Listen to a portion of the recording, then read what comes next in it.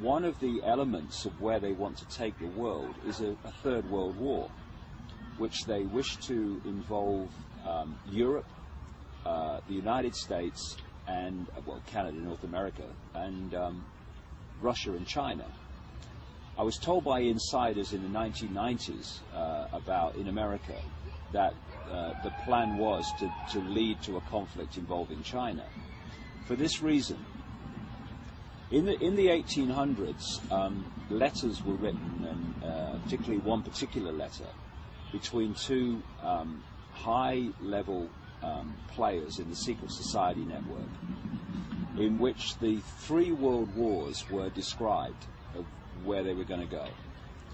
And this letter included the detail of countries that would be involved and how it would be started. And it described the First World War, with the Germans brought into conflict with the rest of Europe and America. It described the Second World War in the same terms and said it would lead to a Jewish state in Israel. And the Third World War would be triggered out of the Middle East, involving Israel as the trigger, and would bring about the final global conflict, which would lead to them being able to offer the solution to stop this ever happening again, which would be a world government and a single world army. And the idea of that is to say, if we have a single world army and we bring an end to national armies, then we can't ever again have a war. What they won't tell you is those that have manipulated the war will be the same people that offer the solution to the war, which is exactly the structure of control that they want. And I feel very strongly that Georgia, I'm not saying this war's going to happen tomorrow, but Georgia was a move on the chessboard in this direction. And I'll tell you a story that happened to me in England which relates to this. And it seems, quite a minor story until it starts to play out. Last March 2008, I received a letter from a man in England who is what we call there, or called there, a traffic warden. And his job, they walk along the streets in a uniform, and they give out tickets to cars for illegal parking or whatever. Not many people like them for that reason, but they just do that job. And this traffic warden, he'd been a traffic warden for nearly 20 years, he wrote to me because he read my books, and he said, look, there's something I don't understand, and there's something that's really bewildering me. He said, I've been called in by my boss, and like my colleagues, he said, I've been given 3 cards, authorization cards. He said, one of the cards is to give me authorization to be a traffic warden. Okay. But the second card was what they call in Britain a pace card, and that carries the words that policemen have to say by law when they're arresting somebody.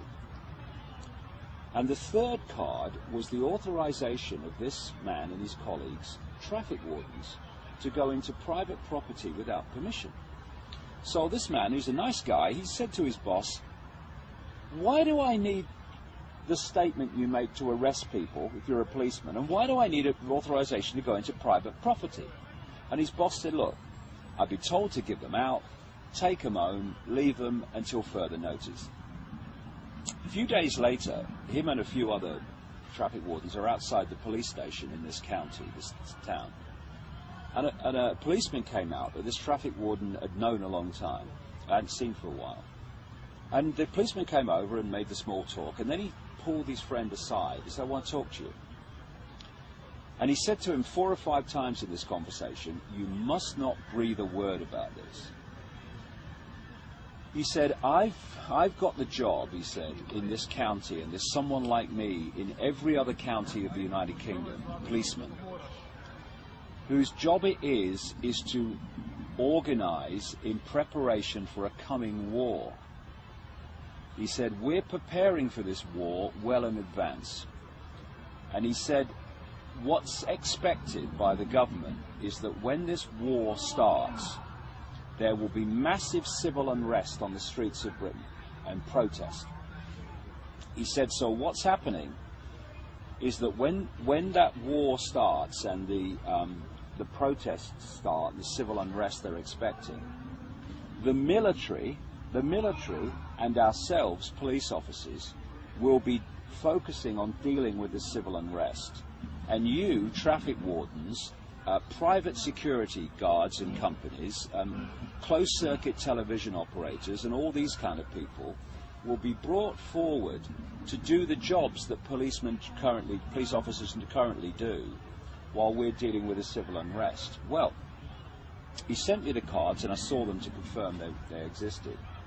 A few days after he contacted me, the British government announced that they were going to redesignate and rename traffic wardens civil enforcement officers, and they were going to give them powers, some of the powers currently that the police have. 10 days ago, all these months later after this happened, 10 days ago, the government in Britain announced that they were introducing a new designation of authority called accredited persons. And these were security guards, private security firms, CCTV operators, etc., who were going to be given accredited person status and given powers that are currently the powers of the police. Now,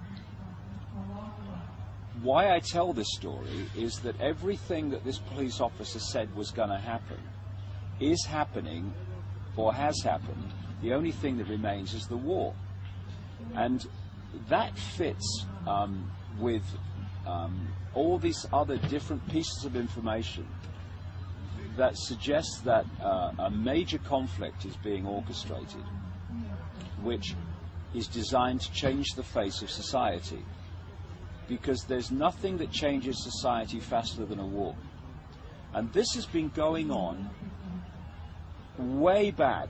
One of the examples that I put in my books is the First World War in relation to America.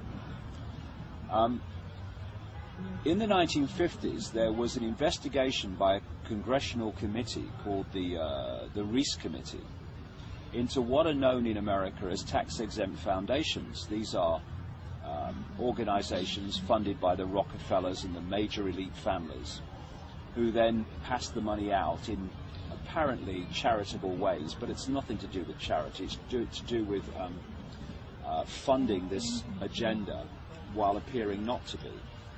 And one of these organizations that they investigated, and there was a guy called Norman Dodds who was the main investigator, was an organization which is still going in America called the Carnegie Endowment for International Peace.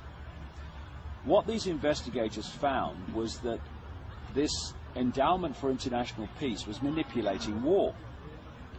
And they found minutes of meetings of this organization from the period in the early part of the 20th century, in which they were having meetings and discussions and saying, we need to change the face of American society and society in general. What's the most effective way of doing that? Well, it's a war. So we need to get America involved in a war. And Woodrow Wilson was the president of America at the time, and it's actually in the minutes of this organization that they sent messages to Woodrow Wilson telling him not only he must get involved in this war in Europe, but that he must stay in it for as long as it takes for American society to change in a way that's never going to change back again. And if you look at the world after a war, it's never the same as it was before, especially world wars. And they want this Third World War to change the face of global society to the point where they can introduce this centralized global structure. As they used to say in the 1960s with the Vietnam War, what would happen if we had a war and no one turned up? There'd be no war. What these people do is they declare wars and they get the rest of us to fight them. What we've got to do is stop fighting them and stop falling for this scam. Because if we go into this Third World War, then, you know, goodbye freedom.